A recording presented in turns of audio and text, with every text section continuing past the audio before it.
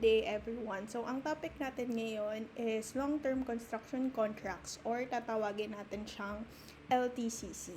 Okay? So, this is part of the revenue recognition under PFRS 15 kasi yung standard na ginagamit natin sa revenue recognition is yung PFRS 15 na lang. So, kung titignan nyo yung syllabus nyo dun sa board exam ng AFAR, etong mga topics na to, naka-under siya nung revenue recognition. So, yung long-term construction, yun yung mga kasama niya. Yung franchise, consignment, tsaka yung 5-step framework model. So, yun yung mga topics na under ng revenue recognition. So, ito muna yung i-discuss natin, yung long-term construction contract. By the way, lahat nung PFRS 15 or lahat nung topics ng revenue recognition, since wala na tayong masyadong time, i-record ko. So, siguro makakatatlong recording ako, hihiwa-hiwalayin ko per topic. So, kung meron kayong question or hindi maintindihan dito sa recording natin, pwede nyong i-bring up sa akin or pwede nating i-clarify during our synchronous classes. Okay? So, let's start. So, ano ba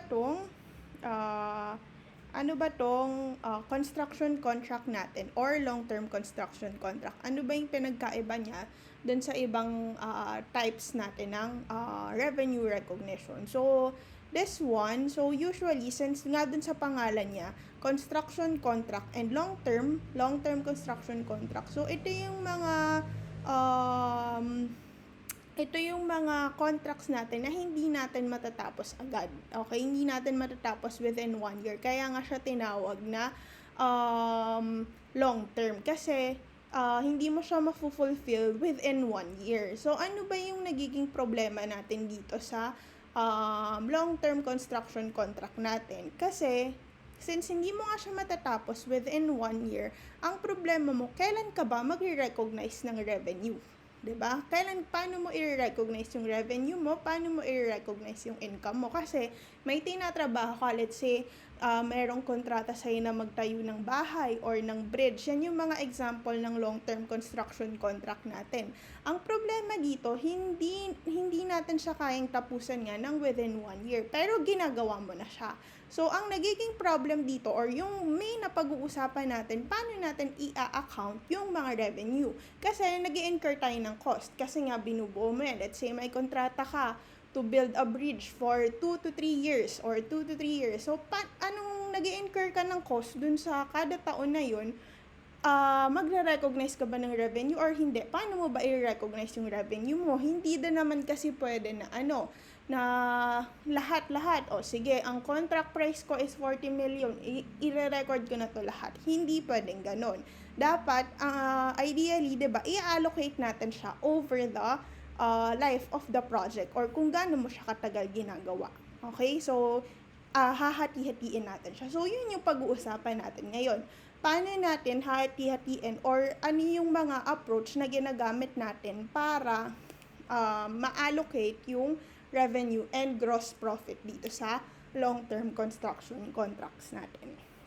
Okay, so under PFRS 15, yung satisfaction nung performance obligation, by the way, may separate topic tayo, pero ito is pahapyaw lang. Okay, so yung performance obligation natin, pwede siyang ma-classify into a performance obligation satisfied over time and sa performance obligation satisfied at a point in time. So, ano yung difference nung dalawang to? So, self-explanatory naman actually. Kapag over time, merong criteria na nilist yung standard para masabi natin na yung performance obligation is nasa-satisfy over time. Okay? So, yung unang criteria doon, kapag daw yung customer simultaneously receives and consumes the benefits provided by the entity's performance as the entity performs it. So, anong ibig sabihin yan? So, ang isang example nito is yung mga service contract. Let's say, nag-hire ka ng cleaning service. Let's say, business ka. So, usually, mag-hire ka ng cleaning service or yung mga janitor or janitress sa office mo. So, kakontratahin mo na sila na, kayo na yung maglilinis nitong building na to or kayo na yung maglilinis para sa akin. So, meron kayong kontrata ng, let's say, 2 years or 3 years. So, kapag satisfied, overtime siya, nare-receive mo na, 'di ba? Kasi ipaglilinis ka nga nila araw-araw. So, dun sa 3 years na yun, overtime mo siya na overtime mong nare-receive or nako-consume yung benefit na pinoprovide nung hinar mo na cleaning service. Ano pa yung example? Yung mga monthly payroll processing service. So, ano naman yun? So, minsan kasi, yung isang company, ina-outsource nila yung payroll nila. So, hindi na kami magpa-process niyan, i-outsource na lang namin, kayo na yung magpa-process nung payroll na yan. So, mayroon silang magiging kontrata or mayroon silang magiging usapan. So, nako-consume siya on a monthly basis. Minsan nga, twice a month pa kasi ganun yung schedule ng sweldo. Okay? So, ibig sabihin lang, kapag nako-consume na nung customer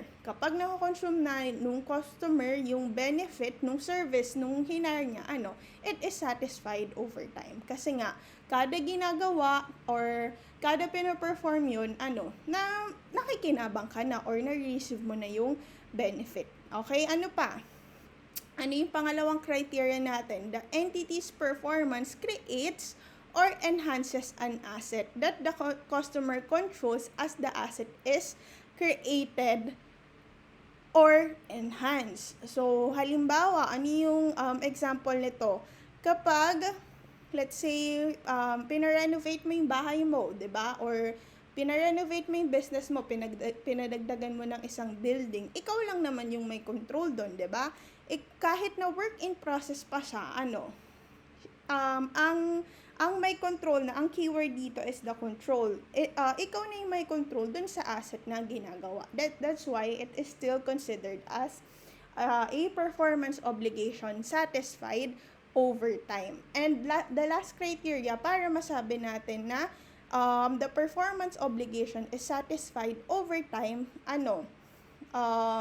ang sabi, the seller is creating an asset that has no alternative use to the seller. Ibig sabihin, hindi pwedeng ibenta ni seller sa iba. Para lang yun kanino? Para lang yun doon sa customer or doon sa buyer. Okay? So, ang example nito, let's say, nagko-construct ka ng school building. Kapag yung manufacturer is nag-customize ng fighter jets for the Philippine Air Force. So, yan yung mga example. Walang alternative use sa kay seller, yung asset na kino-construct niya. Okay? Ang makikinabang lang doon is si buyer. Kumbaga, pag nag-back out si buyer, walang ibang paggagamitan si seller. Hindi niya pwedeng ibenta sa iba. Kasi, customize yung product. Okay? Customize yung product. So, kahit isa lang dyan na satisfied and sa mga criteria na yan, the performance obligation is considered as overtime or it is satisfied over time. Ngayon, kapag kahit isa walang pumasok dito sa criteria, doon natin sasabihin na that the performance obligation is satisfied at a point in time. So, ma'am, ano ba yung overtime? Ano ba yung point in time? Kapag overtime, sabi ko nga, since etong construction contract, matagal siyang binubuo. So, doon sa 3 taon na yon, pag satisfied overtime siya, ibig sabihin, let's say, matatapos yung project or yung asset, December 31, 2026. So, 3 years from now. So, kapag sinabi nating overtime, ikina-consider natin siya as nagagawa throughout the 3 years. So, kada taon, kumbaga, required ka na, sige, i-record mo tong income na to, i-record mo tong revenue na to because the performance obligation is being satisfied over time. Kapag at a point in time lang, kung kailan lang matapos yung asset, doon lang natin kino-consider na may binili ako, meron akong revenue, meron akong income. So, yun yung example nung performance obligation satisfied at a point in time. Doon lang, sa December 31, 2023 ko lang, pag natapos na, doon ko i-record or doon ko i-consider na nakatapos ako ng project. Kapag overtime, i-consider mo siya dun sa loob nung 3 years. Kaya nga, overtime. So, I hope it's clear. Let's proceed dun sa kasunod, the types of construction contract. So, meron tayong tinatawag na fixed price contract. So, ano naman to? So, si contractor tsaka yung customer, meron na silang agreement na, fixed na yung price natin, ito yung contract price natin. Okay? So, pwedeng sabihin pwedeng magkasundo si seller at saka si buyer na, 4 million, 40 million, ito yung usapan natin. Okay? Kapag cost plus contract naman, ano to? So, ang usually nangyayari dyan is merong cost na may incur, tapos sasabihin ni contractor or sasabihin ni seller, dyan sa cost na yan, magma-mark up ako ng ganitong amount, ng ganitong percentage. Okay? So, yan yung difference ng dalawa. Under fixed price, naka-fix na. Ito yung natin. Well, sa cost plus contract, yung cost na ma-incur, dadagdagan pa ng kita ni contractor. Kasi malamang, di ba? Kailangan kumita ni contractor. Okay? So, usually, it is percentage of the cost incurred. So, sasabihin, ito yung cost plus 10% plus 12%. Okay? Something like that. So, yun yung difference ni fixed price and ni cost plus contract. Okay, so ito, define natin yung construction revenue. Actually, alam nyo naman na yan kung anong ibig sabihin ng revenue, diba? Dinagyan lang natin ng construction. Pero, yung concept natin ng revenue minus sales minus cost of goods sold equals gross profit. Actually, it is still used here. Nadagdagan lang natin ng construction. Pero, kumbaga, itong construction revenue, kapag nirelate natin siya dun sa IA nyo, it is equivalent dun sa sales, 'di ba? Diba yung sales natin, yun yung total amount na nare-receive natin. Ganon din si construction revenue. Si construction revenue, kumbaga, ito yung contract price. Ito yung total amount na ma-receive natin dun sa contract. Okay? It is the total amount of consideration receivable under the contract. Okay, so usually, dito lang kasi dun sa IA1 nyo, since hindi naman yung long term, usually, pag sinabi dun sa na ito yung sales ko, ito yung selling price, yun na talaga, di ba? Usually, final na yun. Bibihira na mababago siya. Well, dito kasi, since it is a long term, so usually, sa early stages ng contract natin, estimate pa lang siya. Okay? Estimate pa lang yung construction revenue.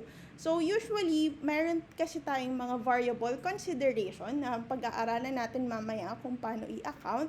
So, usually, may chance pa na magbago tong construction revenue na natin dahil nga dun sa variable consideration. Bakit po ganon? Kasi minsan, merong agreement si seller at saka si buyer na sasabihin nila or magkakaroon sila ng agreement, sige, since matatapos mo ng maaga, meron kang incentive, dadagdagan yung bayad kanino, dun kay contractor or dun sa gumagawa. Kaya, madadagdagan din yung matatanggap natin or yung construction revenue natin. Okay? So, just take note, yung construction revenue or yung contract revenue natin, it comprises first the initial amount of revenue agreed in the contract. So, kung magkano yung napag-agreehan nyo, the contract price is ganitong amount plus any variations in the contract work and claims. So, if ever na meron kang mga incentives or may mga variations na mangyayari, halimbawa, ano pa yung example kung ba't magkakaroon ng change dun sa contract revenue? Ang una yung usapan, 10-story building lang yung ipapatayo. Nagbago yung isip, 15-story na pala. So, malamang yung dagdag na palapag na yun, yung dagdag na 5 palapag na yun, merong dagdag din syempre sa cost. Okay? So, yan yung mga reasons kung bakit nagbabago pa yung construction revenue. So, I just want you to understand na itong construction revenue is same concept siya. Kumbaga, para lang mas madali nyong ma-appreciate. para siyang yung sales natin. Okay? Kung i-relate natin siya dun sa IA1 natin. Okay? Okay, so yung construction contracts naman, or yung construction costs naman natin, this is the cost that relate directly to the specific contract. Or this is also the costs that are attributable to the contract activity in general and can be allocated to the contract. So, ito naman construction contract, kung i-relate natin siya dun sa IA natin, this is equivalent dun sa cost of goods sold natin, 'di ba? Mga meron tayong mga cost of goods sold na tinatawag doon. So, syempre, 'di ba, para masabi natin na construction cost, dapat related siya doon sa asset or doon sa mismong contract na binubuo natin. Okay? Or pwede natin siyang attribute doon sa asset na binibuild natin. Okay? So, take note lang, it should be specifically chargeable to the customer under the terms of contract. Okay? So, hindi dapat kasama dyan sa mga construction contract natin, alin, yung mga research and development, unless specifically na sinabi na, dahil sa'yo kaya ako nag-incur ng research and development. Okay? So, ano pa? Yung mga general administration costs natin, unless reimbursement is specified in the contract. So, yung mga yon hindi sila pwedeng isama sa construction contract natin. Ano pa yung mga hindi kasama sa construction contract natin? Yung mga depreciation ng idle plant and equipment natin na hindi naman natin ginagamit dun sa particular contract na yon. Okay? So, again, para lang lahat lang ng mga related dun sa binubuo natin or dun sa contract natin. Okay? Lahat lang ng related dun. Other than that, hindi natin siya pwedeng i-consider as construction cost. Okay? So, again, this one is parang cost of goods sold pag nirelate natin sa IA. So, diba, sales minus cost of goods sold is equal to our gross profit. Ganun din dito. Okay? Pero, again, since this is a long-term construction contract, yung gross profit na yun, hindi natin pwedeng i-recognize agad-agad ng buo. Hindi katulad sa IA, pag gumawa ka ng income statement, sige, recognize mo yung gross profit or consider mo yun as gross profit mo talaga. Dito, hindi natin agad i-recognize yung buong gross profit natin. Okay? So, mamaya pag-aaralan natin yan. So, again, yung transaction price or yung contract price natin, related pa rin to dun sa revenue, this is the amount of consideration na ina-expect nating ma-receive doon sa contract natin. So, 'di ba? Self-explanatory naman. So, just take note na it includes the variable amount. Okay? So, tawag dito, napaliwanag ko na nga dun kanina. So, minsan kasi may mga, pag sinabi nating variable amounts, sige, pag natapos mo ng 6 weeks in advance, meron kang incentive. Pag na-late ka, meron kang penalty. So, kasama siya dun sa transaction price. Okay, by the way, class, ang point of view natin, since ang topic natin is revenue recognition, tayo yung nagko-construct. Tayo yung seller, kumbaga. Tayo yung contractor. Okay? So, yan yung mga kasama sa transaction price natin. So, ito, I just want to highlight kasi merong mga variable consideration nga. So, i-include lang natin siya sa transaction price if it is highly probable na mag-o-occur yun. So, ang sabi sa standard, highly probable that a significant reversal in the amount of cumulative recognized will not occur. So, sa madaling salita, pag highly probable na mangyayari, yung variable consideration na yun, saka lang natin siya isasama dun sa transaction price natin. Okay? So, yan. Yan yung transaction price. So, ito na. Ito na yung dalawang tawag dito. Ito na yung way ng pag-allocate natin ng gross profit. So again, kagaya nga nung na-mention ko kanina, 'di ba? Pag construction revenue minus construction cost is equal to the gross profit. Same with IA. Pero again, hindi natin siya pwedeng i-recognize agad-agad. So, paano natin hatiin? Kasi nga, let's say 3 years yung contract mo. Let's say meron kang estimated gross profit na 2 million. Yung 2 million na yon, hindi mo pwedeng i-recognize agad sa first year. Anong gagawin mo? Hahatiin mo siya doon sa 3 taon or kung ilang taon man yung kontrata mo. Okay, hahatiin mo. Ngayon, paano po natin siya hahatiin? So, ang method na ginagamit natin is yung overtime or percentage of completion. Okay? Kung ibig sabihin, kung ilang percent yung natapos mo, yun yung in proportion doon yung i-recognize mo na gross profit and revenue. Okay? So, meron tayong dalawang acceptable measurement method. So, yung input and yung output method. So, dun muna tayo sa output method kasi ito yung mas hindi common. So, ang lesson talaga natin is yung input method. Pag output method, this is surveys of the work performed. So, ano to? Usually, nanggagaling to kila engineer. So, sila yung nag-estimate nito. Let's say, 10-story building yung kinoconstruct mo. So, sa first year, nakatapos ka ng 3-story. Okay? So, kumbaga, pag i-convert mo siya, 30% yung natapos mo. Meaning, pwede ka nang mag-recognize ng 30% ng revenue and ng profit mo. Okay? Ganon kapag output method. Nakadepende dun sa output. Pag naman input, which is ito yung main na mas common na ginagamit natin, pag input method, yung ginagamit natin, nakadepende siya dun sa cost. Okay? So, ang tawag natin dun is cost to cost method. Okay? So, get tayo. Okay? So, under the cost to cost method, yung degree ng completion natin is determined by comparing the cost that we already incurred with the most recent estimate of the total expected cost to complete the project. So, anong ibig sabihin nun? So, halimbawa, ang total na ina-expect mo na cost nung project mo is 20 million. Let's say nakapag-incur ka na ng 2 million,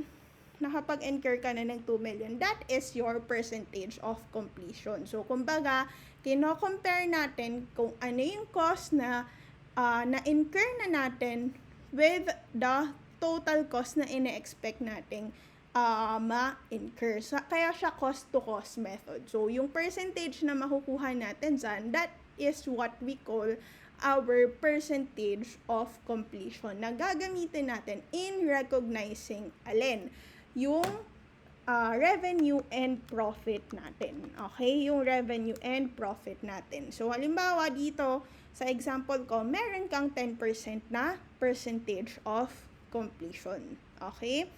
So, ito yung ating formula ng cost-to-cost method. Okay? Yung formula natin ng cost-to-cost method. Okay? So, again, total cost incurred to date. Okay? So, I just want to highlight this one bago tayo magpunta sa problem. So, pag sinabi nating incurred to date, this is a cumulative amount. Okay? Ano pong ibig sabihin ng cumulative amount? Let's say 5 years. Okay? 5 years yung contract mo. So, kapag magko-compute ka ng percentage of completion, ang gagamitin natin is the total cost incurred to date or the cumulative amount of cost. So, let's say sa first year, may 10 million ka. Sa second year, may 20 million ka. So, in the computation ng ating total cost incurred to date, pagsasamahin mo sila. Okay? Kaya nga siya cumulative. So, hindi lang yung kung anong taon yung kino-compute mo. Yun kasi yung common na mistake dito. Kung ano lang yung taon na kino-compute, let's say ito, 2023, ito, 2024, ang pinapahanap is 2024. So, dun sa pag-compute nung 2024, ang ginagamit lang is the 20 million. Bakit po hindi yun accurate? So, pwede mo yung gawin if yung denominator mo, which is the estimated total contract cost, is hindi nagbabago. Ang kaso, take note, this is estimate. So, 'di ba, pag estimate, may chance na magbago-bago. Kaya hindi natin pwedeng gawin na ang gagamitin lang natin is itong sa specific year. Kaya dapat laging cumulative amount yung ginagamit natin. Okay? So, yan. Yan yung formula na gagamitin natin. So, again, I just want to emphasize na yung denominator natin is equal to the estimated total contract cost. So, nilagay ko na dito, how do we usually compute the estimated total contract cost? So, yung incurred to date mo plus estimated cost to complete. Minsan kasi, hindi lalabas sa problem yung total estimated total cost. Kailangan mo pa siyang i-compute. Okay? So, how do we compute for it? So, syempre, since ang hinahanap nga natin, total contract cost, we have to get the total cost na na-incur natin to date or yung cumulative amount ng cost nga natin na na-incur plus any cost na ina-expect pa nating ma-incur to complete the contract. That will be equal to our estimated total contract cost. So, ano yung common mistake dito? Minsan, ang nagagamit lang dun sa denominator is the estimated cost to complete, which is wrong. Bakit? Ang kailangan natin is the estimated total contract cost. Pag sinabi kasi nating estimated cost to complete lang, pag cost to complete, yun pa lang yung ma-i-incur mo in the future para matapos yung contract. Kaya nga, cost to complete. Paano naman yung mga na-incur mo na? Ang hinahanap nga natin is the total contract cost. So, mag-ingat lang sa ganyan. Minsan kasi sa problem, ibibigay to, the estimated total contract cost, or minsan, ang makikita lang natin is the estimated cost to complete. So, pag estimated cost to complete lang yung given, kailangan natin i-add doon yung mga cost na na-incur na natin. Okay? To get the whole total contract cost. So, I hope malinaw yon. Yan yung formula na gagamitin natin. Okay? So, by the way, yung percentage of completion, hindi ko pala na mention kanina, balikan ko lang. Yung percentage of completion, ginagamit natin yan when the outcome of the construction contract can be estimated reliably. So, bakit po ganyan? So, halimbawa, may experience na si contractor dun sa paggawa ng mga ganong asset, kaya na niyang i-estimate reliably yung outcome. Kasi usually, meron na siyang basis and meron na siyang basis para ma-estimate yun or meron na siyang experience sa pag-build ng ganong asset. Okay? Kaya, this one, we can use this kapag the outcome of the contract can be estimated reliably. Paano naman po kapag hindi natin ma-estimate reliably? So, we use the cost recovery method. Anong ibig sabihin ng cost recovery method? So, tinatawag din siya as zero profit method. So, paano ka ba magkakaroon ng zero profit? So, yung revenue mo is equal to your cost. So, ibig sabihin, ang i-recognize lang natin na revenue is equal saan? Dun sa cost natin. Okay? Ganon sa cost recovery. Kumbaga, conservative ka, hindi ka muna magre-record ng any profit. So, kumbaga, bumi-break even ka lang. Let's say, 5 years yung project mo. Wala kang i-recognize na profit dun sa loob ng 5 years hanggat hindi mo natatapos. Yung amount na i-recognize mo na revenue is equal lang to your cost.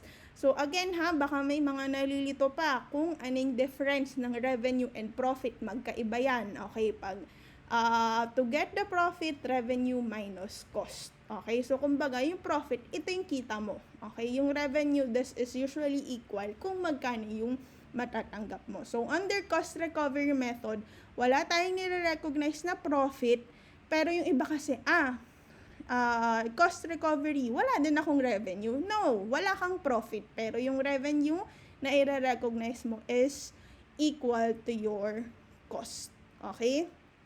So, I hope malinaw yan. So, punta na tayo dun sa problem natin para mas maintindihan natin.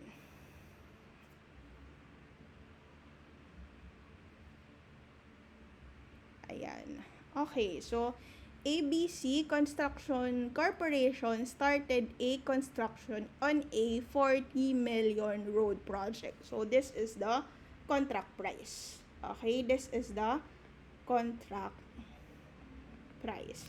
The contract period is 5 years starting January 1, 2019. So meron tayong contract for 5 years. So ito daw yung accounting data natin. Okay, so meron tayong actual cost incurred na 11,250,000, 6.3 million.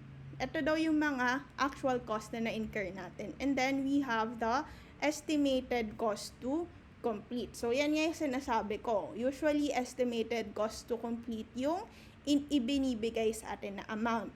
Okay? So ang pinapahanap sa atin is the una, sa case 1 natin, ang sabi, the outcome of the project can be estimated reliably. Therefore, again, kagaya nung napag-usapan natin, if the outcome of the project can be estimated reliably, ang gagamitin natin is the percentage of completion. So, again, ang usual na ginagamit natin dito is the cost-to-cost method. Okay? So, ang pinapakompute sa atin, una, the realized gross profit or loss from 2019 to 2023, yung percentage of completion natin as of, so take note ha, pag as of, cumulative yan. Percentage completed for the year 2019. So, kung ilang percent yung natapos mo sa current year. So, magkaiba yung dalawang yan ha. Pag percentage of completion as of December 31, 2019, that is the cumulative percentage. So, ilang percent ka na as of this year. Pag percentage completed for the years, ibig sabihin, ilang percent yung natapos mo this period. And the construction revenue, construction in progress account balance, and how much is the contract asset or contract liability as of December 31, 2022. Okay. So, let's start. So, in computing, naglagay na ako dito ng table na gagamitin natin. So, in computing, yung ating realized gross profit, yung number 1 muna yung kukompute natin. Actually, yung 1 to 3, pwede nating sabay-sabay makompute. Okay? So, yung in computing, the realized gross profit, kailangan makuha muna natin yung total estimated gross profit. Okay? So, how do we compute for that? So, again, kagaya nga nung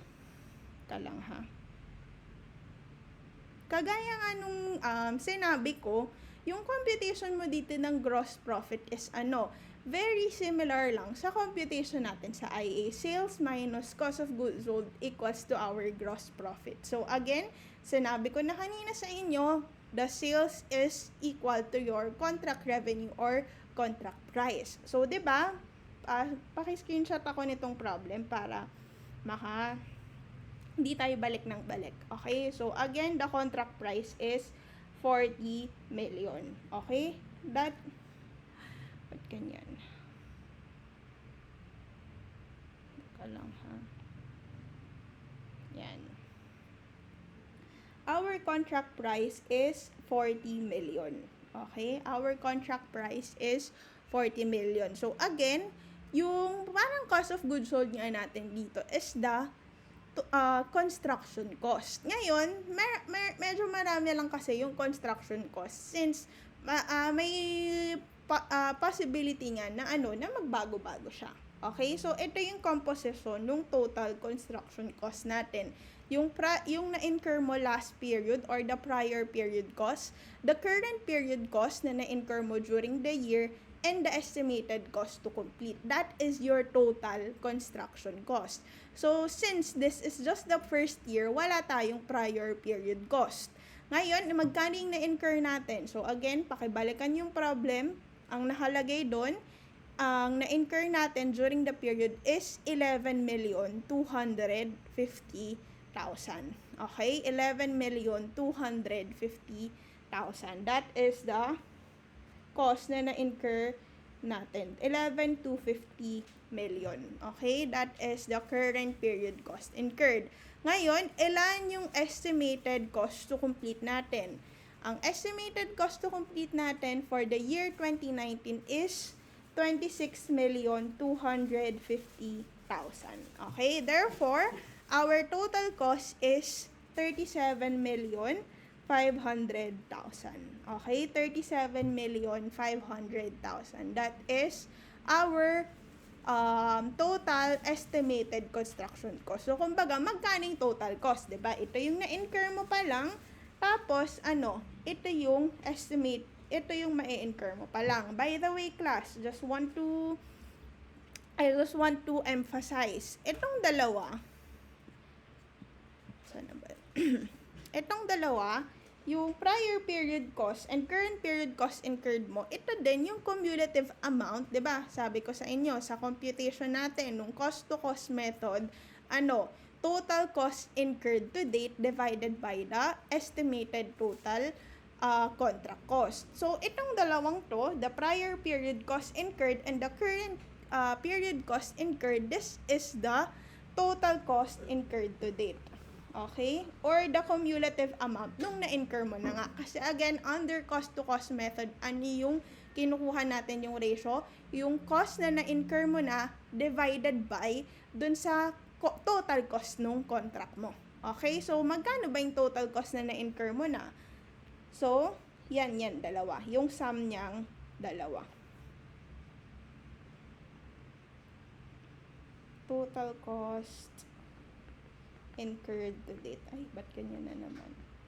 So, again, yung dalawang yan yung total cost incurred to date natin. Okay?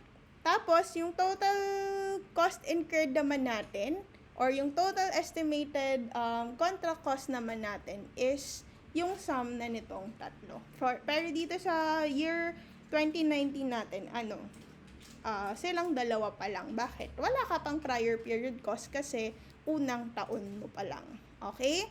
So, ang total estimated gross profit natin, 40 million minus 37,500,000 is 2 million, ano ba to?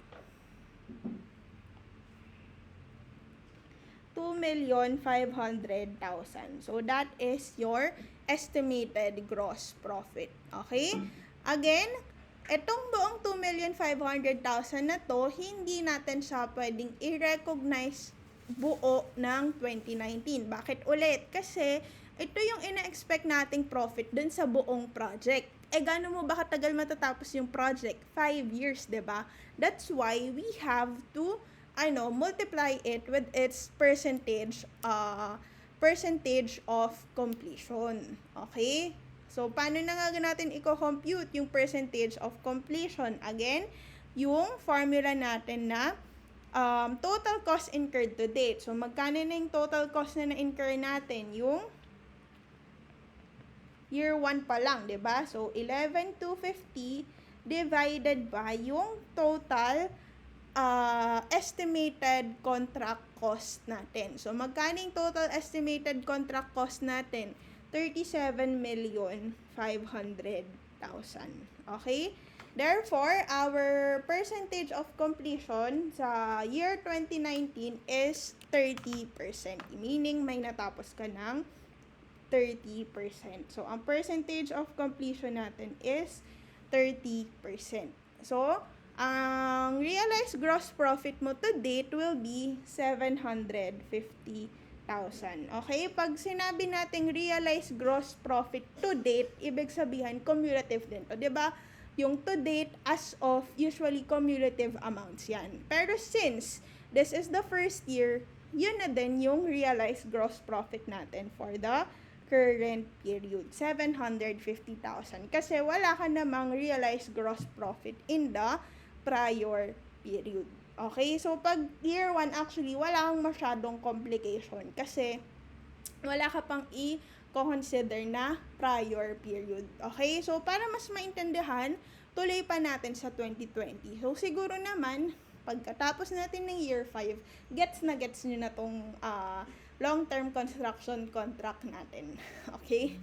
So, for 2020, again, dito sa problem na to, wala namang naging changes saan? Sa contract price natin. 40 million lang naman siya.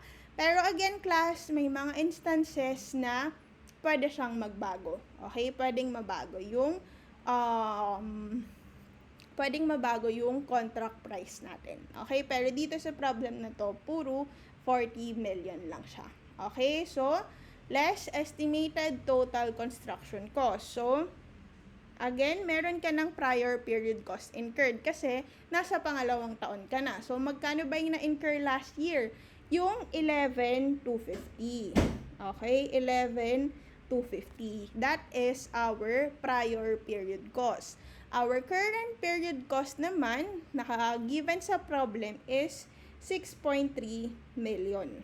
Okay? 6.3 million. While our estimated cost to complete is 21,450,000. So, pag tinotal natin silang tatlo,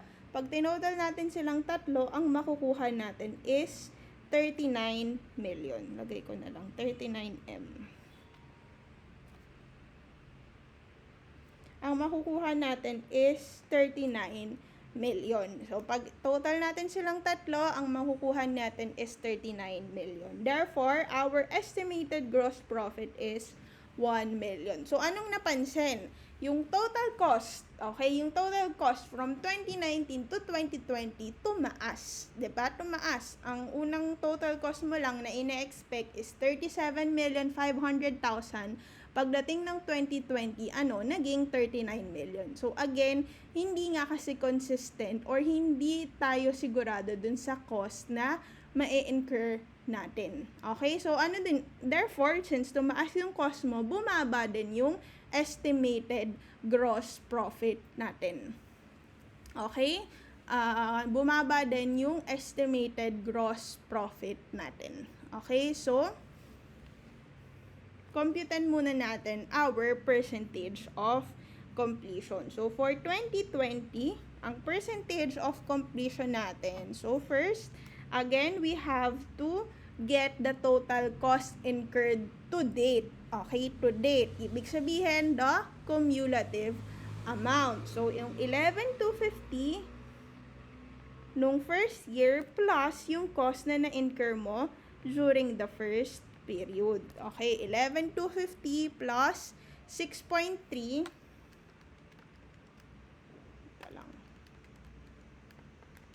Ang total natin is 17,550. Okay, 17,550 divided by the total cost, total estimated cost. Magkano na nga yung na-compute na natin? Itong 39 million. Okay? 39 million. Therefore, our percentage of completion is 45% for the year 2020. So, 45% for the year 2020. So, 1 million times 45% is 450,000. So, gusto ko lang i-emphasize, okay? Gusto ko lang i-emphasize, itong realized gross profit to date, this is your should be, kumbaga. Ano pong should be? Dapat ito yung should be, meaning, yung balanse, okay? Yung balanse, nung mga na-record mo na gross profit, since year 2 pa lang tayo, from year 1 and year 2, dapat mag-equal saan? So, 450,000. Okay? Ito nga kasi, realized gross profit to date. Meaning, ang ibig sabihin niya, dapat yung total gross profit na mai-record mo cumulatively will be equal to this amount. Kaya kung mapapansin nyo, sa year 1, same lang sila kasi wala ka namang i-consider na previous year. Pagdating ng 2020, ang sabi, dapat yung equal, yung sum nung na-recognize mo nung 2019 at saka nung 2020 should be 450,000. That should be your cumulative gross profit or your gross profit to date. Okay, to date. Anong nangyari? 450 lang dapat. Magkano ba yung na-recognize mo nung 2019. Ang nai-record mo nung 2019 is 750,000. Diba? Therefore, this period, you will recognize a gross loss na 300,000. Okay? Realize gross loss tayo pagdating ng 2020. Ma'am, bakit po? Profit naman po ba't mag-recognize ng loss? Kasi nga, ang should be, dapat yung sum nung 2019 mo and nung 2020 mo is how much? Dapat is equal siya saan? Sa 450,000. Sobra-sobra yung na-record mo nung 2019, 750. Therefore, babawasan mo siya ng 300,000. So, 750 minus 300,000, mag-i-equal siya dun sa realized gross profit to date natin na 450,000. So, think of it na yung realized gross profit natin, ito dapat yung sum ng lahat ng gross profit na nai-record natin. It should be the amount. Therefore, you will record an adjustment, kumbaga, para ma-adjust mo. Currently, ang naka-record ko 750. Dapat daw 450. So, I will record a gross loss na 300,000 para mag-equal sa 450,000 yung amount na naka-record sa akin na realized gross profit or yung realized gross profit to date ko. Okay? So, halimbawa, bago ako mag-proceed. So, halimbawa, ang na-compute natin na realized gross profit to date. Halimbawa lang, hypothetically lang, is 1 million. Halimbawa, realized gross profit to date, na-compute natin, 1 million. Ang nai-record mo pa lang is 750. Therefore, ang i-record mo sa current period is 250,000 para mag-equal siya dun sa 1 million na realized gross profit to date. So, ganun lang. Kumbaga, ang i-record mo during the current year sa mga subsequent year is yung amount na magpapa-equal dun sa realized gross profit to date mo. Okay? Realized gross profit to date mo. So, I hope malinaw yun. Nagkakaintindihan tayo doon. If meron kayong question or clarification, pwede kayong mag-message sa akin or pwede nyong erase during our class. Okay? Dito na tayo sa 2021. So, again, yung contract price natin walang pagbabago, 40 million. Okay? 40 million. How about the prior period cost incurred? So, again, pangatlong taon na tayo. So, ang composition niyan is yung 2 taon. So, yung 11 to 15 na na-incur mo for 2019 and yung 6.3 na na-incur mo for 2020. Therefore, our total prior period cost incurred is 17,550,000. Okay? That is our prior period cost incurred. Magkano naman daw yung na-incur natin during the period? Yung 7,950,000. Okay? 7,950,000. Magkano yung binigay sa atin na estimated cost to complete? 17 million. Okay? 17 million. Therefore, our total cost is 42,500,000. 42,500,000. That is our total cost. So, anong mapapansin nyo? Mas malaki na yung total cost natin kesa dun sa estimated or dun sa contract price natin. Therefore, we have a gross loss na 2,500,000. Okay? 2,500,000. Before ako mag-proceed, before kong ituloy yung discussion, kapag naka-encounter tayo ng loss, let's compute for the percentage of completion first. Okay? So, again, for 2021, ang prior period cost incurred natin is 17,550,000 plus yung 7,950 na incurred to date natin. So, ang total niyan, 17,550 plus 7,950, 25,500,000 divided by yung total cost natin na 42,500,000. 42,500,000. Therefore, we have a percentage of completion na 60%. Okay? 60%. Ngayon, may difference lang sa ginagawa natin kapag ang nako-compute natin is an estimated gross loss. Kasi 'di ba, for the first 2 years nag-expect tayo ng profit, 'di ba? Sa 2019 nag-expect tayo ng profit na 2.5 million. Sa 2020 ang ina-expect natin na profit is 1 million. 'Di ba? 'Di ba? Ngayon, ang rule natin kapag ganito na nag-expect na tayo ng gross loss, we have to be conservative.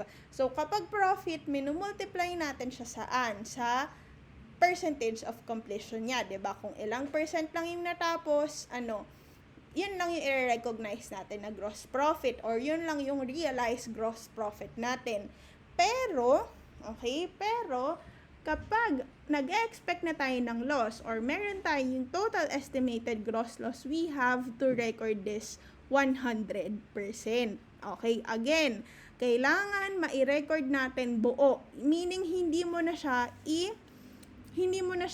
i-multiply saan? Sa percentage of completion niya. Kailangan mo na siyang i-recognize ng 100%. So, hindi na natin kailangan mag-multiply, ilalagay na natin dito na meron kang 2,500,000 na dapat i-recognize. So, ito na yung should be mo. Dapat ang total gross loss mo is 100%, 2,500,000. Nagkakaintindihan ba? Ay, wala pala. So, I hope malinaw yon. So, again, let me emphasize again, sa mga ganitong pagkakataon na ang na-compute natin is sa buong project, mag-i-incur ka na ng loss or meron ka ng estimated gross loss, yung 100% nun, kailangan mo nang i-record. Yung 100% nun, kailangan mo nang i-record. Kaya, kung mapapansin nyo, hindi ko na minultiply sa 60% yung 2.5 million kagaya nung ginawa ko sa 2019 and sa 2020. Ano lang ginawa ko? Minultiply ko siya sa, ni-record ko na ng buo. Kasi that is our rule, conservative tayo, when it comes to losses. 100% dapat ma-record na natin siya agad or ma-recognize na natin agad yung buong 2.5 million. Okay? Ngayon, ito nga yung should be, diba? Ito yung should be. Dapat, ang total natin is 2.5 million na loss. Okay? Again, that is the realized gross loss to date. To date tayo, ha? To date, 2,500,000. Ngayon, magkano na yung total na i-record mo? Okay? Magkano na yung total na i-record mo na profit? 'Di ba? May 450,000 na profit ka. 'Di ba? Ayan. 'Di ba? 'Di ba ang total nung 2019 mo and nung 2020 mo, 750 minus 300 is magkano? 450,000. Ngayon, kapag ganyan, kailangan i-add natin siya dun sa i-recognize natin na loss. Therefore, 2,950,000 yung kailangan nating i-record na realized gross loss for the current period. Ma'am, nalilito ako. Bakit 2,950? Kasi nga, ang should be mo, dapat makapag-recognize ka ng total gross loss na 2.5 million. Currently nga, 450 lang. So, pag 2.5 lang yung na-record mo, gawa natin ng T-account, ha? Halimbawa lang, okay? Para lang mas madali nyong maintindihan, 'di ba? Nung 2019, nag-record ka ng 750,000. Halimbawa, profit account mo. Pero wala tayong profit account, ha? Para lang mas ma-appreciate nyo. Tapos, nung 2020, may loss ka na 300,000. Ito, 'di ba? So, kumbaga, ang total mo currently is 450,000, which is ito nga, yung should be natin nung 2020. Okay, ngayon, ang supposed to be balance mo, kumbaga, ang supposed to be balance mo is dapat magkaroon ka ng loss na 2,500,000. Dapat magkaroon ka,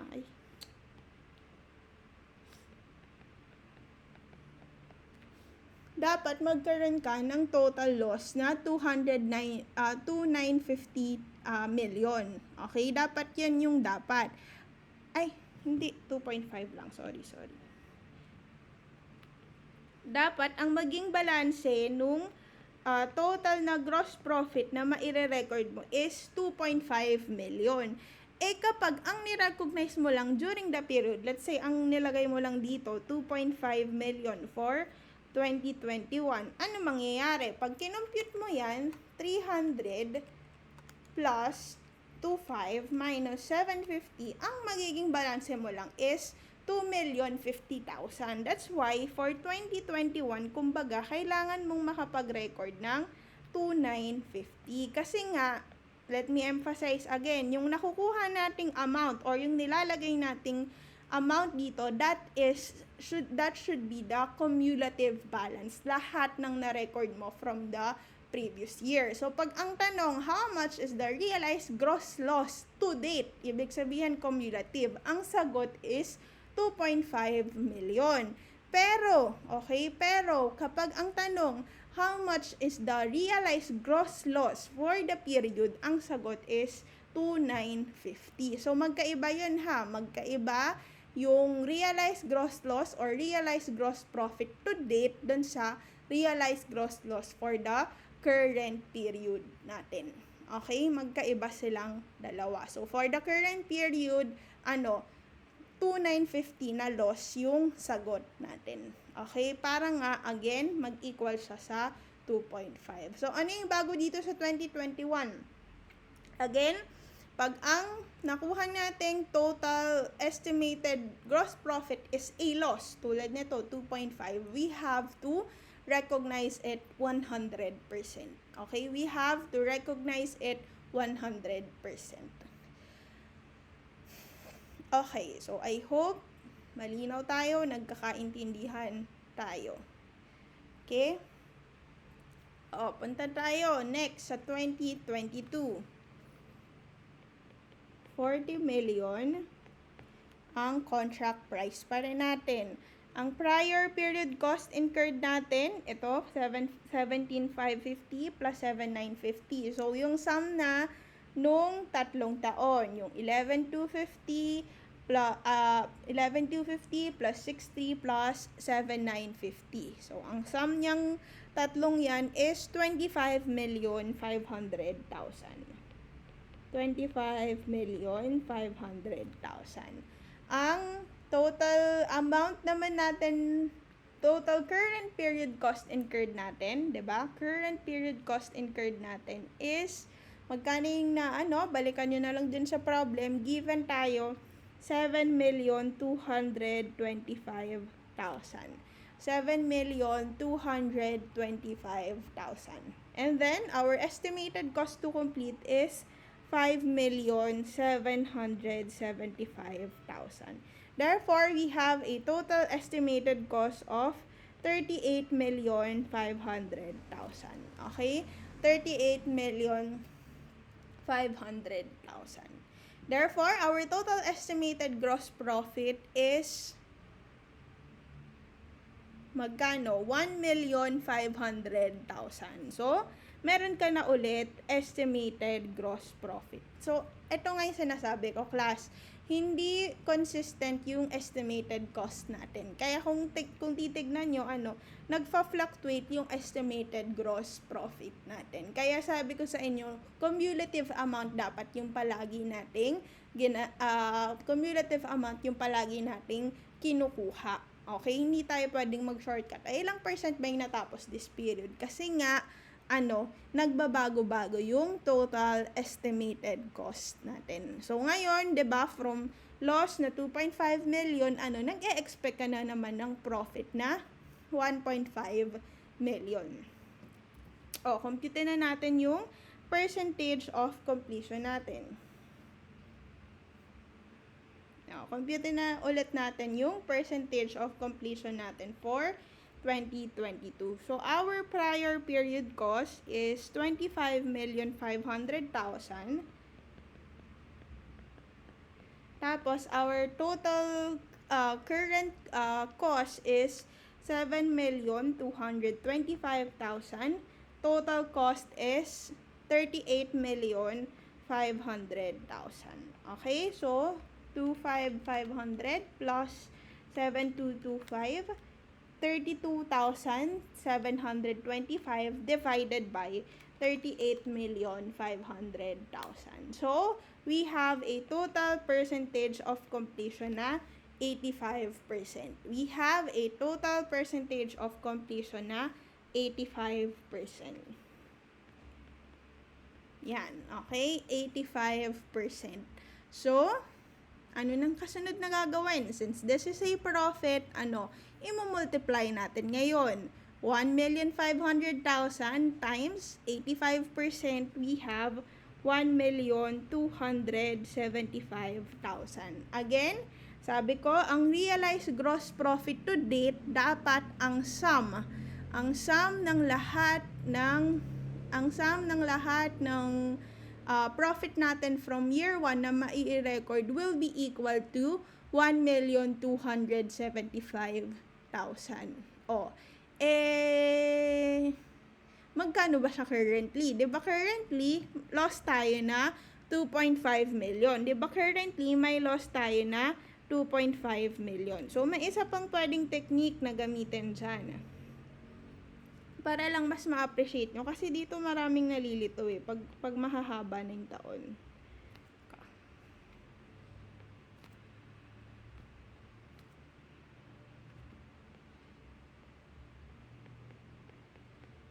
Tapos, nag-recognize ka ng loss na 2,500,000 during the last year. So, parang ang isa pang approach na pwede nyong gawin dito is squeeze nyo siya. So, bukod dun sa T account, diba? Saan ko ba pwede ilagay? Burahin ko to ha. Para makita nyo agad. So, diba? For 2019, pinapakita ko lang sa inyo ha. Pero, actually, straightforward lang siya. Gusto ko lang ipaintindi sa inyong mabuti. So, for 2019, ang nai-record mo is 750,000. For 2020, ang nai-record mo is 300,000 na loss.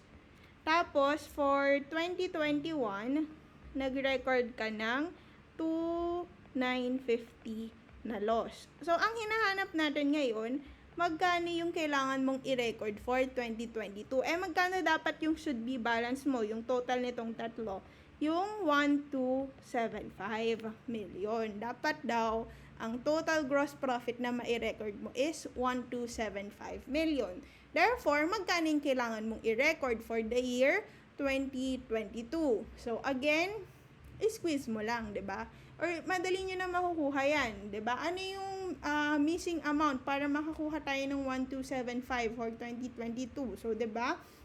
Pag squeeze nyo siya, 1,275 plus 2,950 plus 300 minus 750, we will get a total of 3,775,000. So, yun yung i-record natin dito. 3,775,000. Ma'am, bakit po inad? 'Di ba? Kasi kung titignan nyo, dun sa table, nakalagay realized gross profit in prior period. Minamminus natin yun, 'di ba? Pero bakit po inad? Ang ginawa kasi dyan, actually class, yung 1,275 na should be balance natin is inad natin yung 2.5 million. Yun lang yung shortcut na formula dun. Okay? Ba't po inad? Kasi nga, loss yun. Kailangan mo na ng profit Okay? Kailangan mag-equal sa profit na 1,275 yung total nung tatlo mo. Therefore, 3,775 na yung kailangan mong i-record. Kaya natin siya inad. So, again, ito yung pinakasimpleng equation na para i-explain siya. Okay, tatandaan lang, pag realized gross profit to date, it should be the sum of all the gross profit recorded dun sa lahat ng taon. Okay? Dun sa lahat ng taon. Kasi, again, ang daming nalilito na pag tinanong how much is the realized gross profit for the current period, ang nasasagot nila is the realized gross profit to date, which is, paulit-ulit na ako, iba po siya. Okay? Iba yung realized gross profit to date sa realized gross profit for the current period. Okay? For the current period. So, I hope nagkakaintindihan tayo dyan. Kung merong question, raise during our classes. Okay? Kung meron kayong clarifications. So, nasa last year na tayo. Oh my God. So, nasa last year na tayo. Okay? Nasa last year na tayo. So, ang total cost natin from the prior periods is yung cost nung 2019, 2020, and 2021. So, 11,250 plus 60 plus 7,950 plus 7,225. Ang total prior period cost natin is 32,725,000. Okay, that is our prior period cost. And then, yung cost na na-incur natin for 2023 is 5,275,000. 5,275,000. Therefore, we have a total cost of 38 million. Okay? We have a total cost of 38 million. Therefore, our total gross profit, 40 million minus 38 million is 2 million. Bakit po wala nang estimated cost to complete? Kasi tapos na yung project ng 2023. Therefore, wala ka ng future cost or wala ka ng estimated cost to complete kasi nga, completed na siya. So, therefore, 2 million yung total cost mo dapat. So, hindi na natin kailangan mag-cost to cost method dyan. Alam na natin, 100% completed na pagdating ng 2023. Okay? Pagdating ng 2023. Okay? So, therefore, ang should be mo is 2 million. Dapat daw, ang total na naka-record sa'yo na gross profit is 2 million. Magkano pa lang ba na-record mo? Again, ang na-record mo pa lang is 1,275,000. Therefore, you have to record 725,000 during this period. Okay? 2 million minus 1,275. Kasi again, dapat ang total gross profit na mai-record mo is 2 million. Ang nai-record mo pa lang all in all, 'di ba, is 1,275. Therefore, kailangan this period mag-record ka ng 725,000. Okay? That is your realized gross profit for the current period. Sana nagkakaintindihan tayo pagdating dun sa recognition ng profit. Okay? So, gusto ko lang ipapansin. Okay? Gusto ko lang ipapansin since this is an example nga ng performance obligation over time. Okay? Performance obligation recognized over time. 'Di ba? Yun nga yung pinaliwanag ko sa inyo kanina.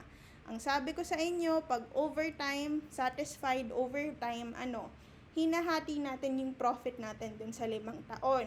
So, dito sa problem na to, magkano yung total profit natin talaga? Syempre, itong 2 million. Bakit?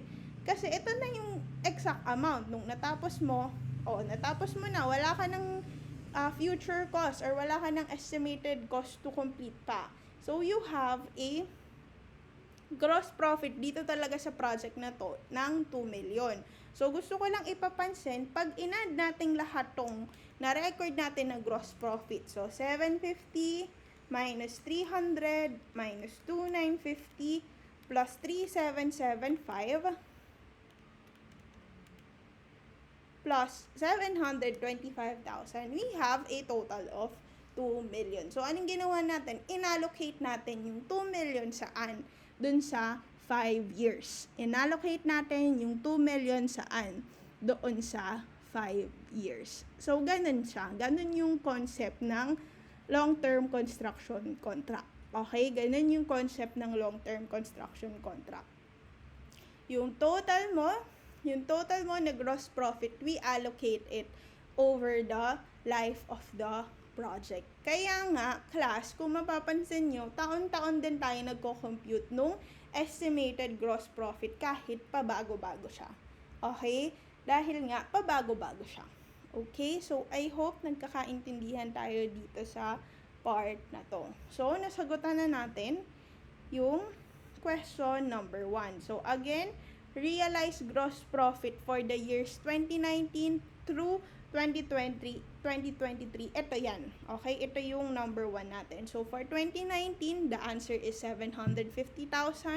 For 2022, the answer is loss of 300,000. For 2021, loss of 2,950,000. For 2022, 3,775 million, and for 2023, 725,000.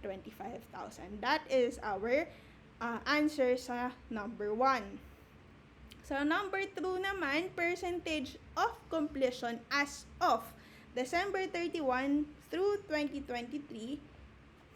Yan naman, okay? 30% for 2019, for 2020, 45%, for 2021, 60%, 2022, 85%, and 2023 is 100%.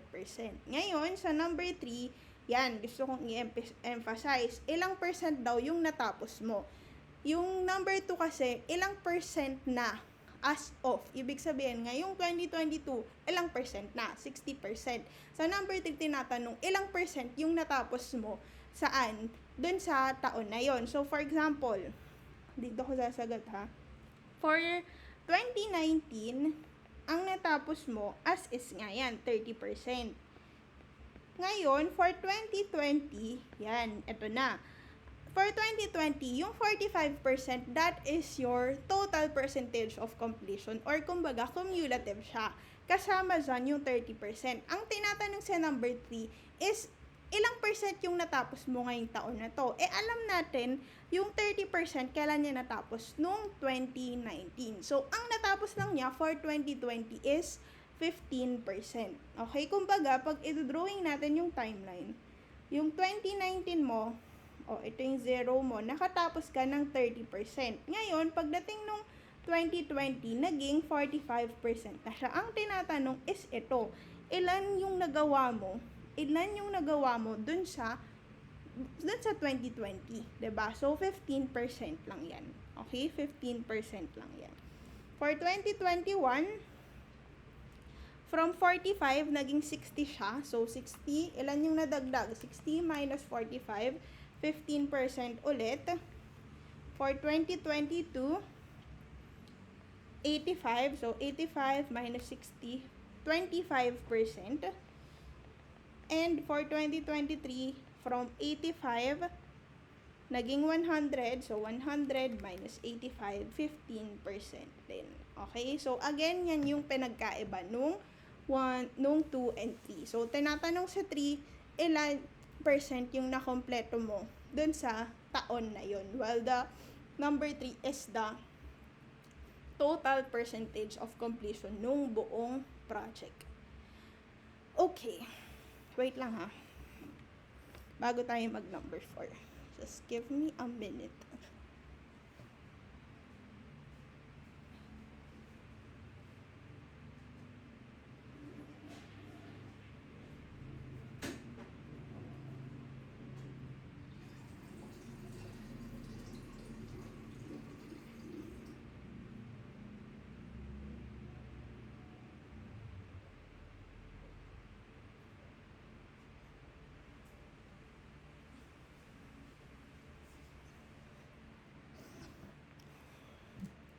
Okay, dito tayo sa number 4. So, ang tinatanong naman sa atin is the construction revenue. Okay? Ang tinatanong naman sa atin is the construction revenue. Number 4 ito.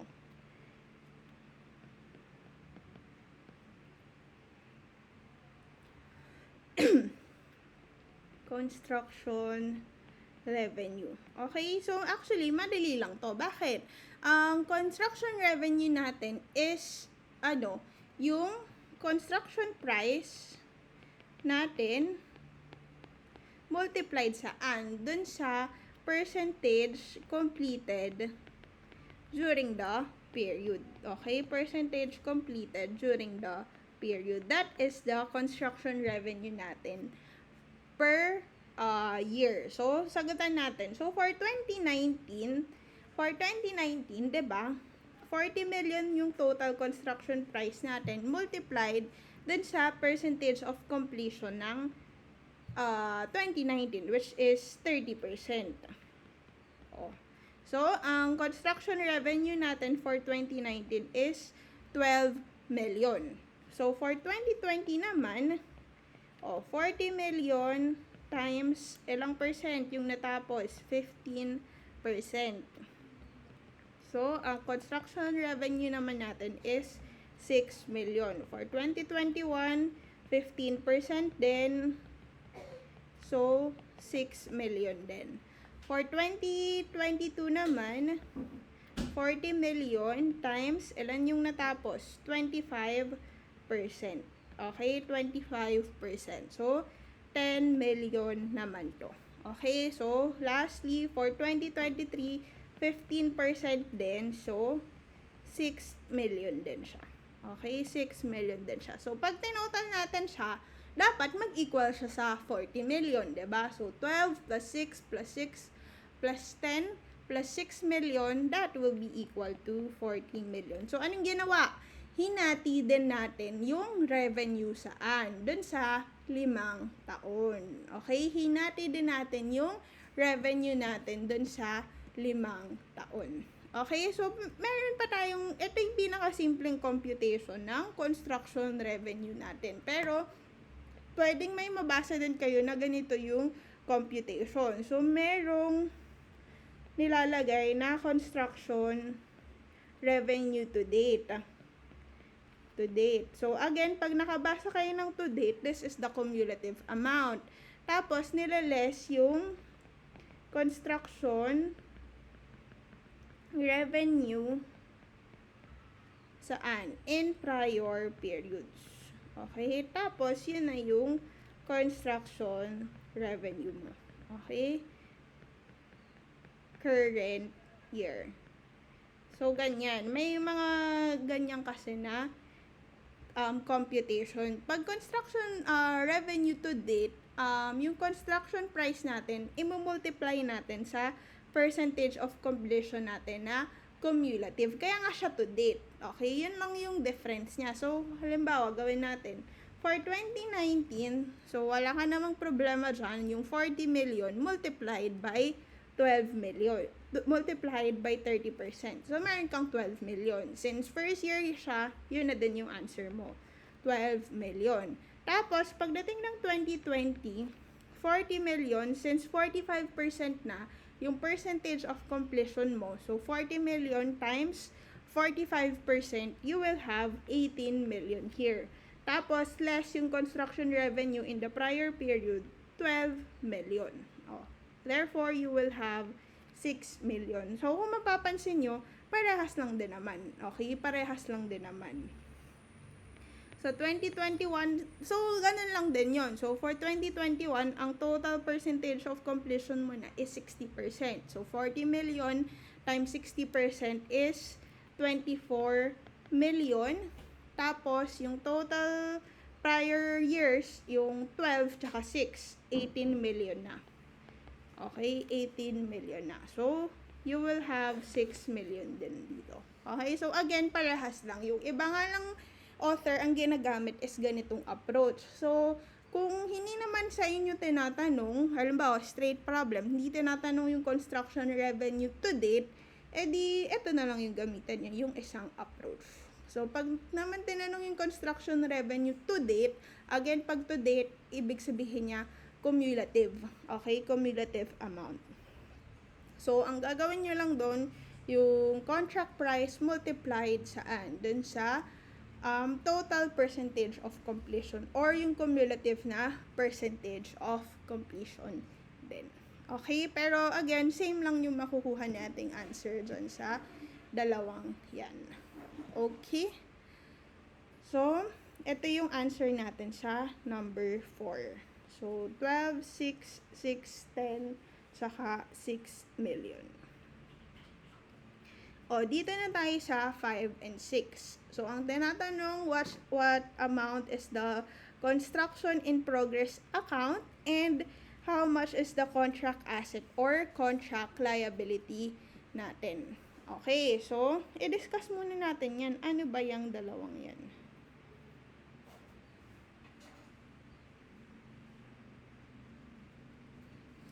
Okay, so i-discuss muna natin yung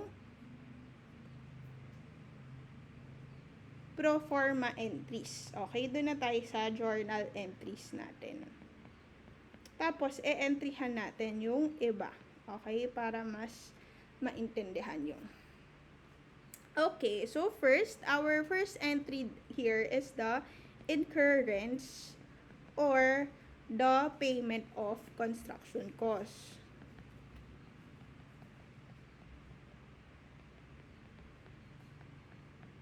Yan, okay? So, meron tayong tinatawag na CIP or Construction in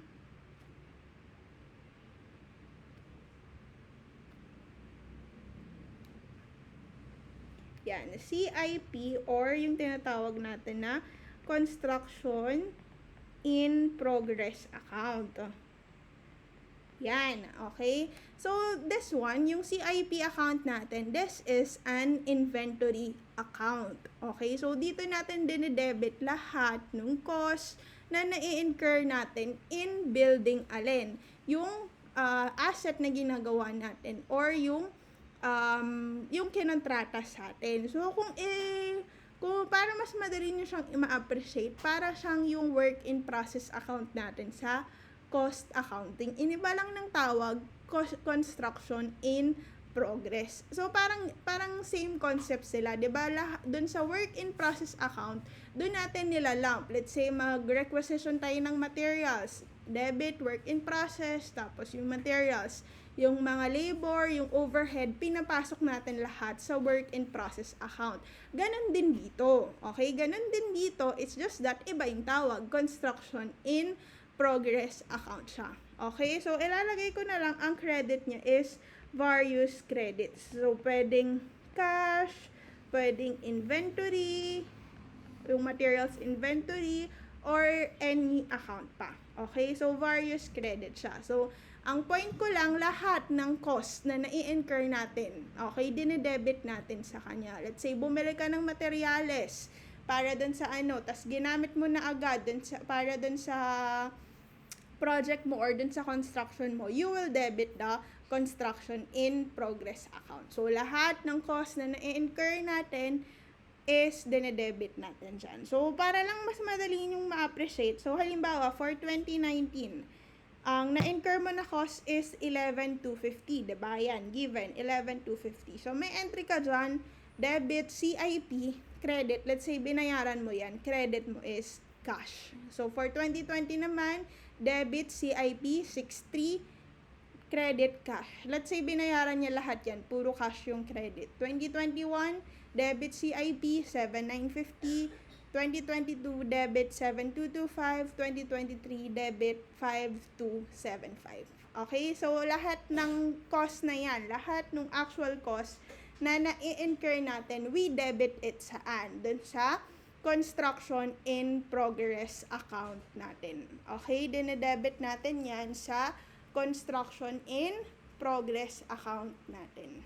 So, I hope nagkakaintindihan tayo dyan. Lahat ng cost na na-incur natin, we debit it saan? Sa construction in progress account. Again, itong construction in progress account is presented as inventory, therefore, current asset siya saan?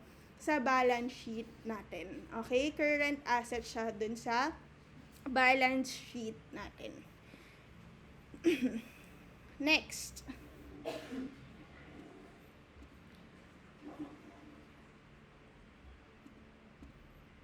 Okay, our next entry is the Our next entry is the construction revenue recognition. Construction revenue recognition.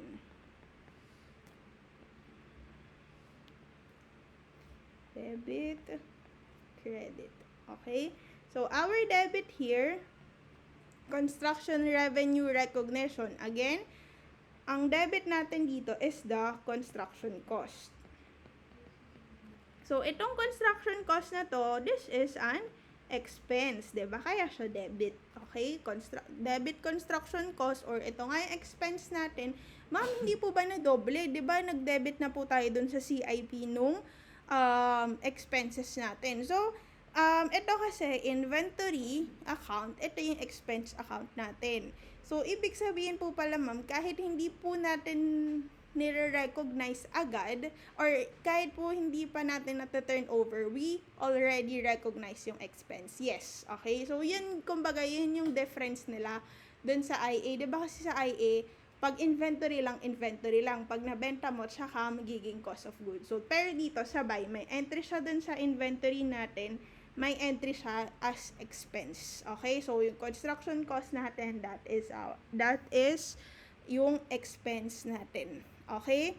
And then, our credit is the construction revenue. Okay? Construction revenue. So, again, yung construction revenue natin, this is a revenue account. So, alam naman natin palagi, 'di ba? Alam naman natin palagi na hindi nag-i-equal silang dalawa, 'di ba? Kaya nga tayo merong gross profit.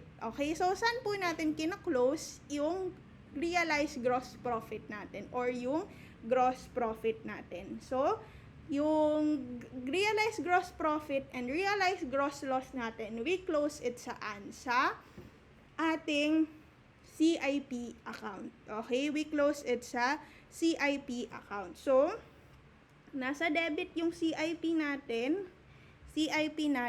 if realized gross profit. Okay? If realized gross profit, dinedebit natin yung CIP. So, again, yung CIP is an asset account, ha? Kaya pag gain or meron kang gross profit, you debit it. Magi-increase yung asset account mo. If realized gross loss naman, we credit this account. So, kumbaga, yung balancing figure natin sa kanilang dalawa is kino-close natin sa CIP, which represents the realized gross profit or realized gross loss. Okay? So, again, kapag mas mataas yung revenue kesa dun sa cost, we have a realized gross profit. If vice versa, we have a realized gross loss. So, gusto kong gawa ng entry yung mga nasagutan natin. Okay? Para lang mas maintindihan nyo. So, first, for 2019. So, again, ang gagawin ko lang is the recognition of revenue. So, 'di ba, for 2019, ang total cost, construction cost, ang gagamitin ko na lang is CC at saka CR, ha, para mas madaling isulat. CC at saka construction revenue natin. CR. Okay? So, ang total construction cost natin for 2019, 'di ba? Ang na-incur natin na cost dyan is the 11,250,000. This is our debit. Tapos, nakuha na din natin yung construction revenue niya. Sana yung construction revenue niya? Yung na-compute natin kanina. Ang construction revenue niya is, sana? Ayun, 12 million. Okay? 12 million yung construction revenue niya. So, ang balancing figure natin is saan? Sa debit or sa credit. 'Di ba? May kulang tayo sa debit. That is our realized gross profit. Okay? So, again, kino-close natin siya dun sa CIP account or sa construction in progress account natin. So, 750,000. O, familiar, 'di ba? Yan yung na-i-record natin dito na 750,000. Okay? For 2020 naman, ano yung entry natin? Again, parehas lang, debit, yung construction cost, and then our credit is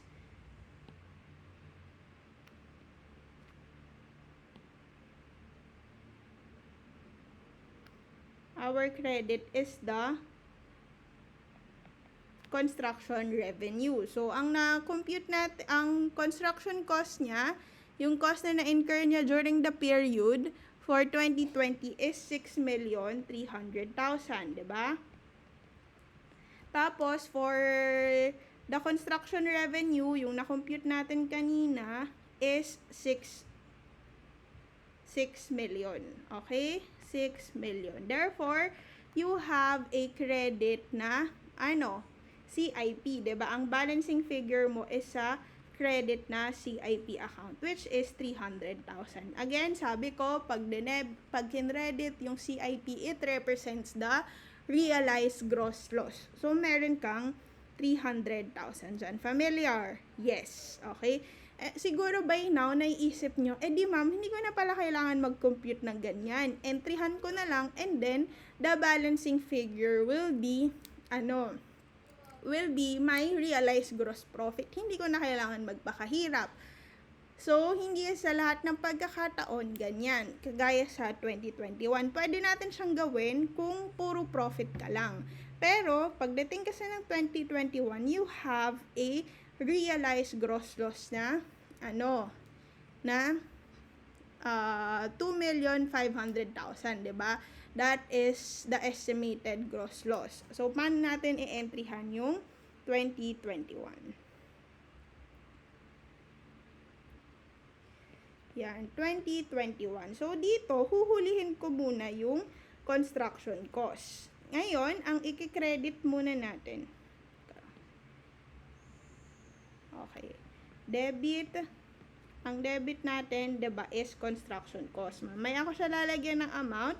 Ang credit natin is the construction revenue na magkano?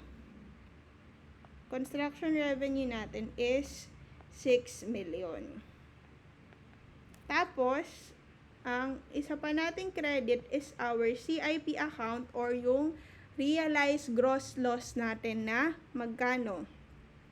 2,950,000. Okay, therefore, ang i-record natin na construction cost is magkano? 8,950,000. So, kung mapapansin nyo, pag tinignan natin yung given, ma'am, ang given lang, ang na-incur lang po niya sa current year is 7,950. Bakit po 8,950 yung ni-record natin na construction cost? Kasi, kumbaga dyan, 'di ba sa pagdating ng 2021, ni-record natin ng buo yung 2.5 million. Ni-record natin ng buo yung 2.5 million na gross loss. So, kumbaga, ipinasok natin siya dun sa cost. Yung loss na, yung loss natin, pinasok natin saan? Dun sa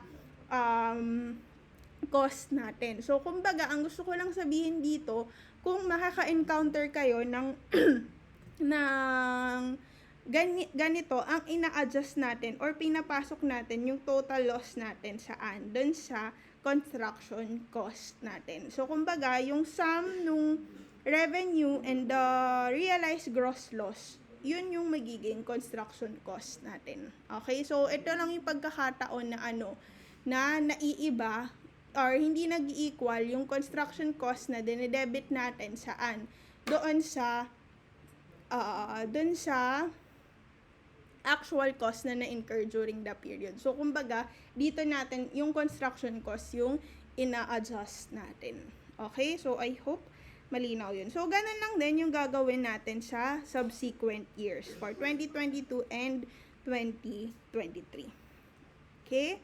So, Yan yung, tuloy na natin yung sa pro forma entries. Pinakita ko lang sa inyo itong construction revenue. So, hindi pa siya tapos. Okay, yung kasunod natin na entry na ginagawa dito is the record of progress billings. Okay, the recording of the progress billings. So, how do we record it? So, we record accounts receivable and progress billings account. So, ano to? Ito yung binibill mo sa kanila. So, dito sa problem natin, kung mapapansin nyo, mayroong progress billing. Ibig sabihin, nung 2019, sumingil ka ng 15 million. Nung 2020, sumingil ka ng 5 million. Nung 2021, sumingil ka ng 8 million. So, ganun lang siya kasimple. Walang masyadong complication. Ngayon, pag nakakolekta ka naman, record of cash collection, simpleng-simple. So, you debit cash na natanggap mo, you credit accounts receivable. Okay, ganyan yung entry natin. Okay? Ngayon, ang kasunod is the FS presentation. So, how do we present yung itong mga to sa ating financial statement?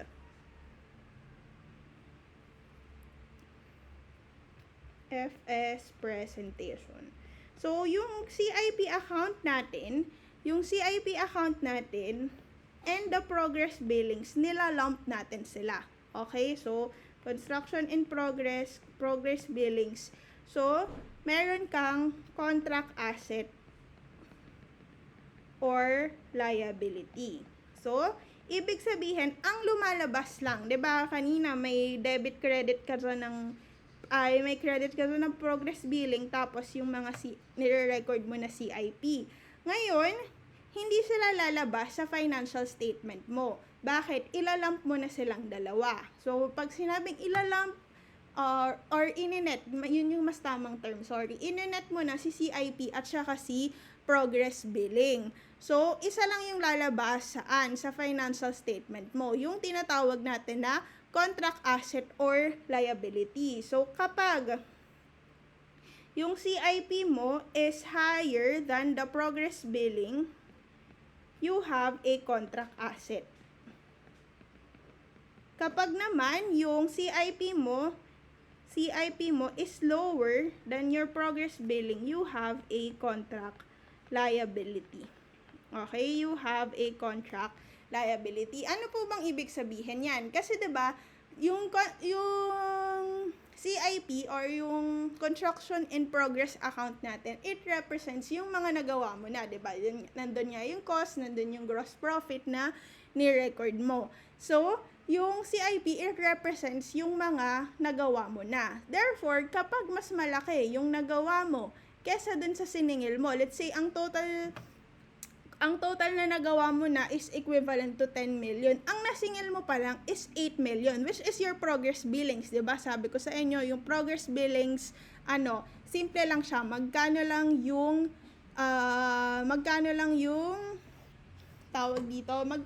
siningil mo. So, let's say 10 million yung nagawa mo na, yung CIP mo, ang nasisingil mo pa lang is 8 million. Therefore, may asset ka na 2 million. While kapag naman mas mababa yung CIP mo, let's say 10 million yung CIP mo, pero ang siningil mo na is 15 million, ikaw yung may liability. Bakit? Worth 10 million pa lang yung nagagawa mo, pero ang siningil mo is 15 million na. Okay? So, again, ang lalabas lang sa FS natin is the contract asset or contract liability. Ngayon, yung progress billings, again, straightforward yan. Kung magkano yung siningil mo, yun yung credit mo sa kanya. Okay? Si CIP, medyo may mga entries tayo dyan, diba? So, how do we compute for the CIP? So, yung cost incurred natin,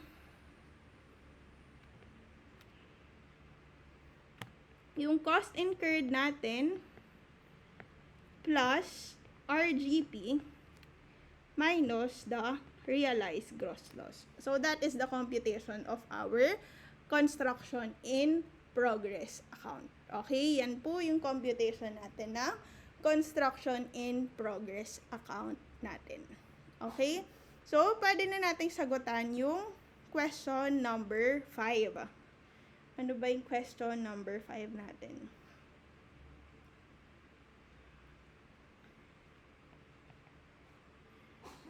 Question number 5. So, ang tinatanong sa atin sa number 5, magkano daw yung CIP balance natin for 2021? Okay, magkano daw yung CIP balance natin for 2021? So, gumawa na lang tayo ng T account. Dito ko na pala isusulat. Ay, hindi. Sige, dito na. Number 5. Gumawa na lang tayo ng T account. Okay, so this is our construction in progress account. Again, ang unang-una nating i-debit saan sa CIP is yung cost incurred natin. So, 'di ba? Ang cost na na-incur natin, balikan niyo yung problem, for 2019 is 11,250,000. Okay? Tapos, ano pa? Sabi ko nga, kung tinignan niyo yung entry natin kanina, we debited 750,000, which represents our realized gross profit. Okay? So, meron kang 750,000. So, pag binalikan nyo din yung formula na binigay ko, cost incurred plus RGP. So, for 2019, RGP ka. So, plus yon. So, yung cost na na-incur mo for 2019, 11,250 plus your realized gross profit na 750,000. Okay? For 2020 naman, yung cost na na-incur natin is magkano? So, ang cost naman na wait lang, total ko muna to ha, para lang makuha natin. So, pag tinanong how much is your CIP balance for 2019, our answer is 12 million. Okay? Pag tinanong magkano yung CIP balance, 12 million. By the way, since this is an inventory account, real account siya. So, nag-carry forward. So, ang CIP balance natin as of 2019 is 12 million. So, ang tanong sa atin is for 2021. So, tuloy natin. For 2020, ang construction cost na na-incur natin is how much? Ang construction cost na na-incur natin is 6.3 million. 6.3 million. And then, we have a realized gross loss. Diba? Realized gross loss tayo na 300,000. So, 2020 yan. So pagdating ng, yan lang. So, minus yan ha, kasi realized gross loss tayo. So, pagdating ng 2020, magkano na yung balance natin? So, 12 million plus 6.3 minus 300,000 for 2020, we have a balance of 23 million. So, CIP balance ng 2020. So, isang taon na lang, for 2021, ang cost na na-incur natin is 7,950,000. And then, we have a realized gross loss na 2,950,000.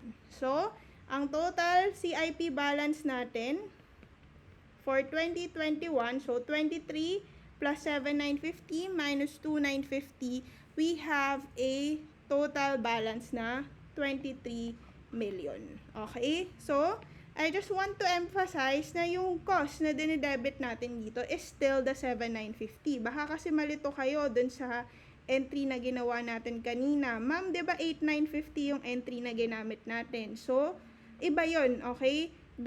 Ang credit pa rin natin is 2,950 na CIP. Ibang account to, construction cost. Yung isang entry niya, debit CIP, 'di ba? Credit cash na 7,950. So, itong 7,950, yan yung papasok sa CIP account natin.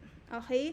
Yan yung papasok sa CIP account natin, not the 8,950. So, I hope malinaw yun. Asa na? Yan. So, ang balance natin is 23 million. So, again, lahat ng cost na na-incur plus or minus the realized gross profit or realized gross loss. So, pag realized gross loss, kinikredit natin yun. That's why mina-minus natin siya.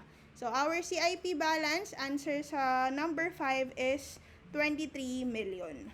23 million. Number 6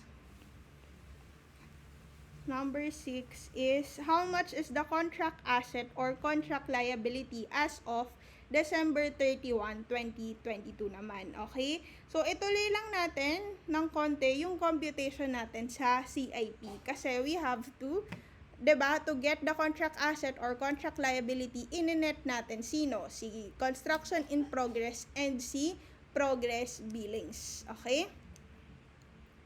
So, ang computation natin sa kanya, or ituloy lang natin yung computation natin ng CIP, dito ko na ilalagay.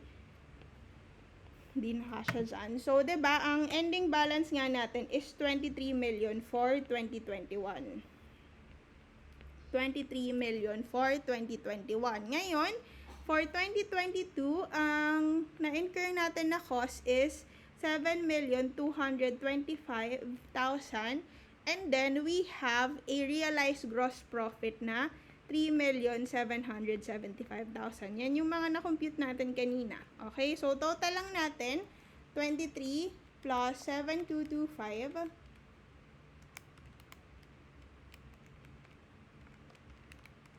plus 3,775. Ang total natin ng CIP is 34 million. Okay? So, ang CIP natin, CIP as of 12/31/22 is 34 million. While our progress billing as of 12/31/2022 is magkano? So, itotal lang natin. So, 'di ba pinakita, given naman yung mga siningil natin. So, 15 plus 5 plus 8 plus 9. Okay, hanggang 2022 lang. So, we have a total of 37 million. Okay, we have a total of 37 million. Okay, so ano to?